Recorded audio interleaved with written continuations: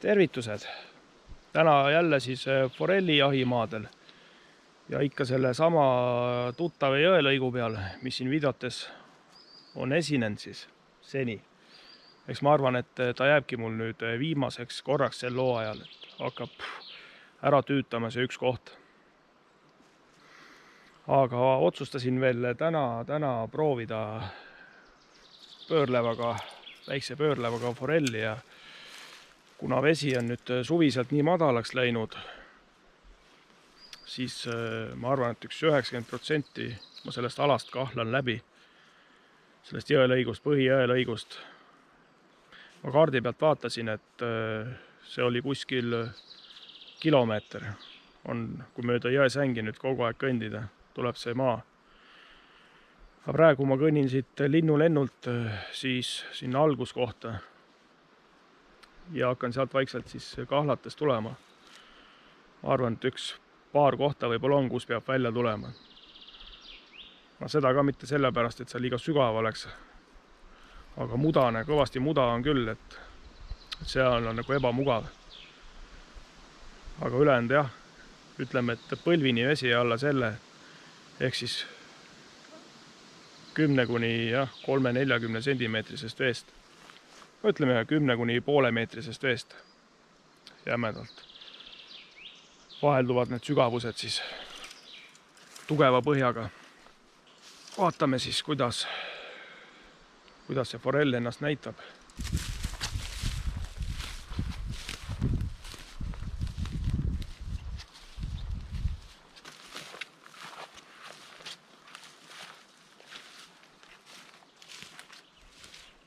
Tulin siia vahepeal korra jõerde ja vaatan, et vesi on kõvasti tõusnud.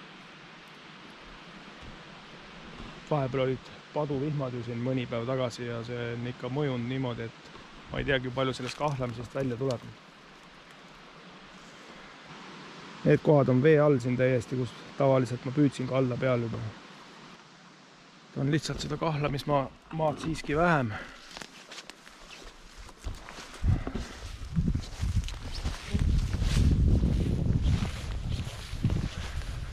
Üks õhtu siin käisin, oli forell ilusti olemas madalas vees. 10-sendises kärestikus.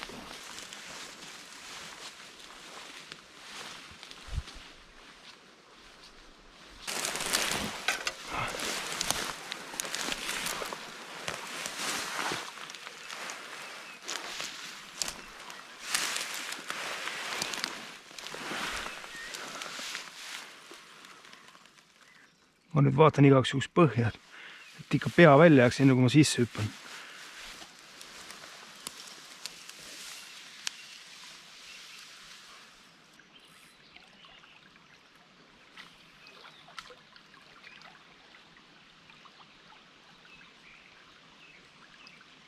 Vesi kõvasti pruunib, jah.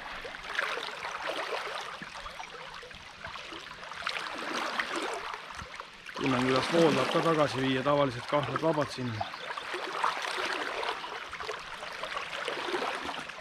10–15 senti kindlasti kõrgem vesi.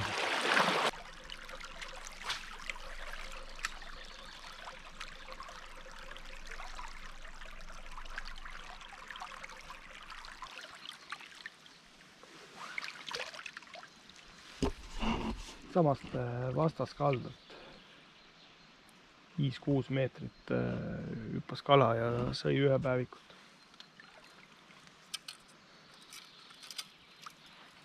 Selle koha peal, kuhu ma kohe landin. Aga ma juba proovisin sinna viset, ta ei teinud välja. Jälle, nüüd oli näha ka.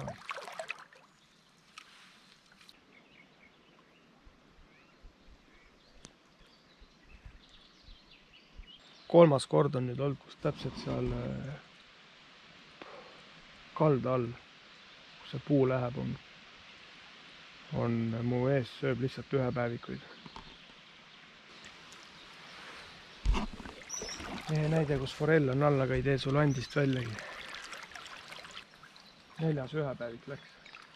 Hops.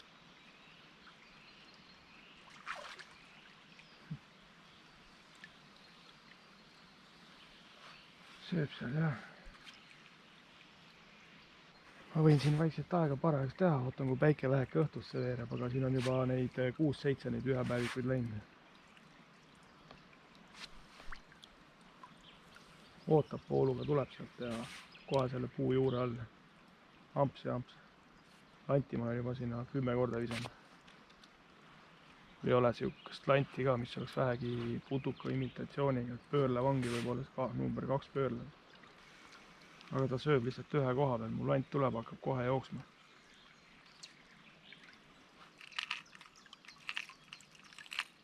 Tegelikult mul üks siukene on.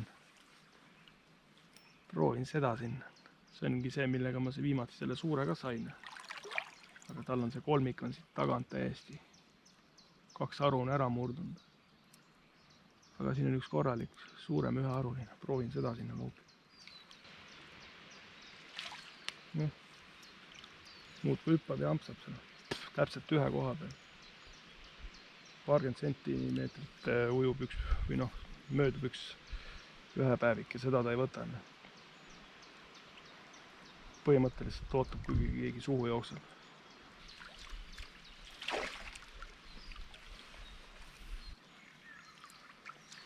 Ei sooja ka külma sellest landist.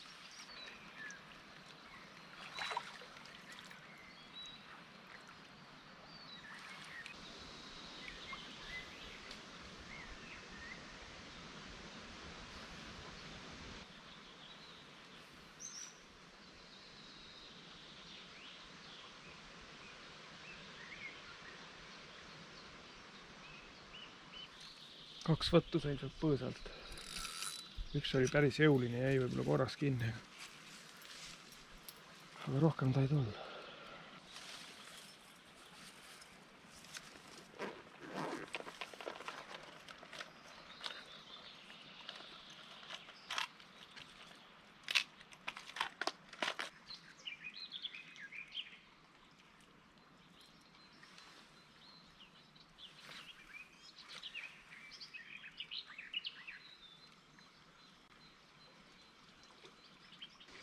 Siin lahmas ka üks kala ühe päev. Landile võttu ei saa. Sealpool 10 meetrit jõe keskel ka. Enne üks kala hüppas, mitu korda loopisin lanti, aga ei võta lanti.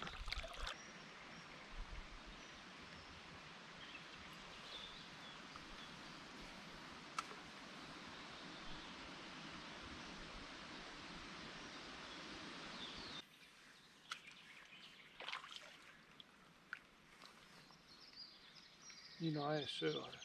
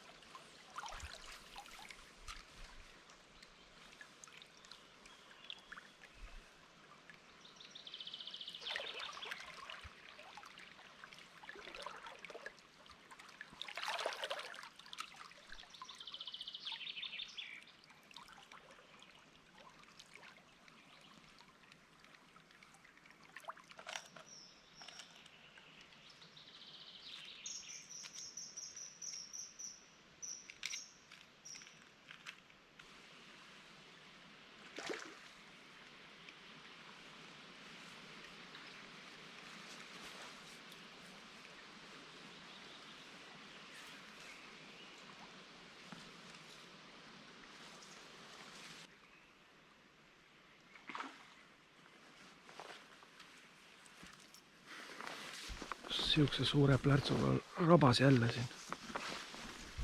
Ei ole talle soodsat lanti lihtsalt ühe päevikut ajal. Ma ei tea, mida pakkuda.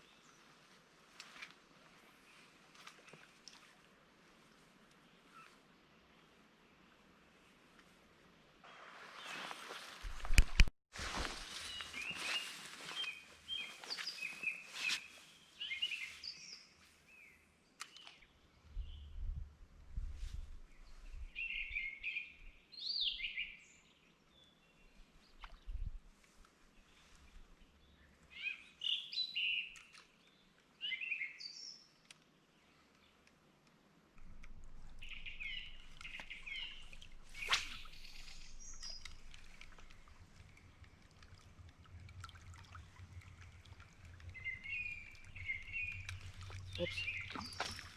Opa. Ops. Võitis. Üks forell.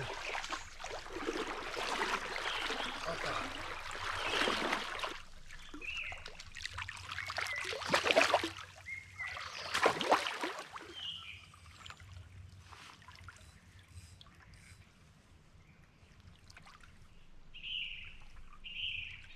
Niisugune mõõdu kala.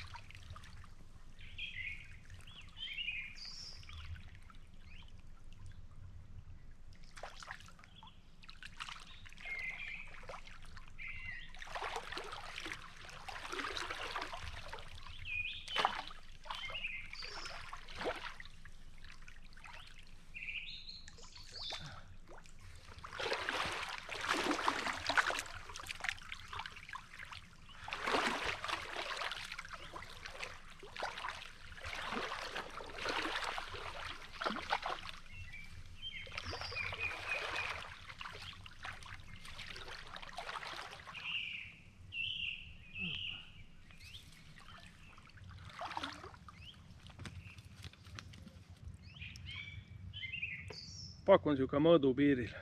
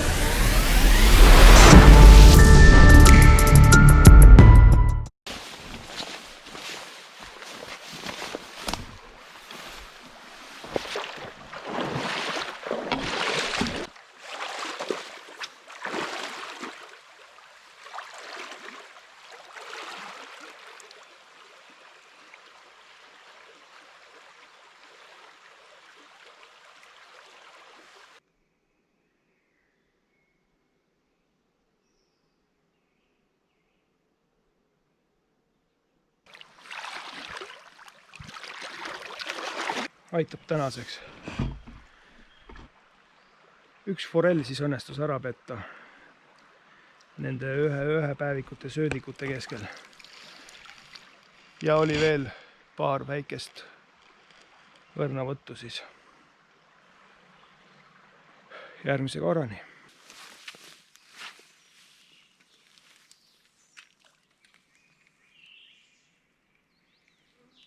Ops. Oh.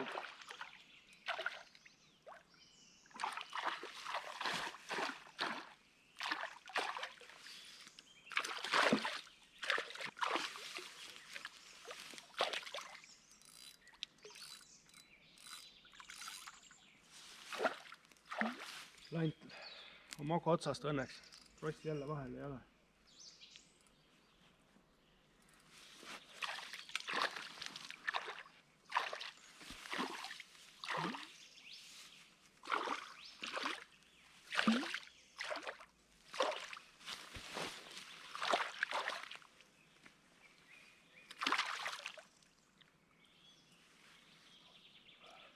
Ei tea.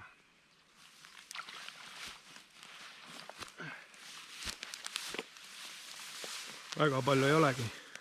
Lõksu pöörel veel moka otsas paistab ja veri on täiesti väljas.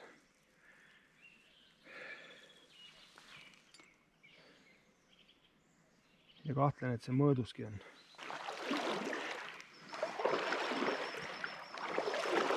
opa. Hops. Ja tuli üks forell.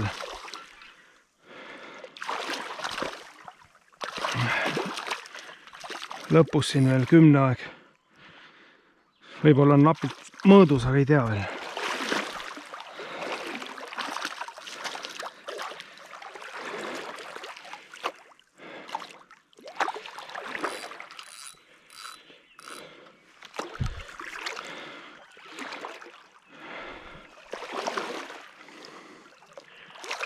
Nii siis. Alla põlve sügavusest kärestikust.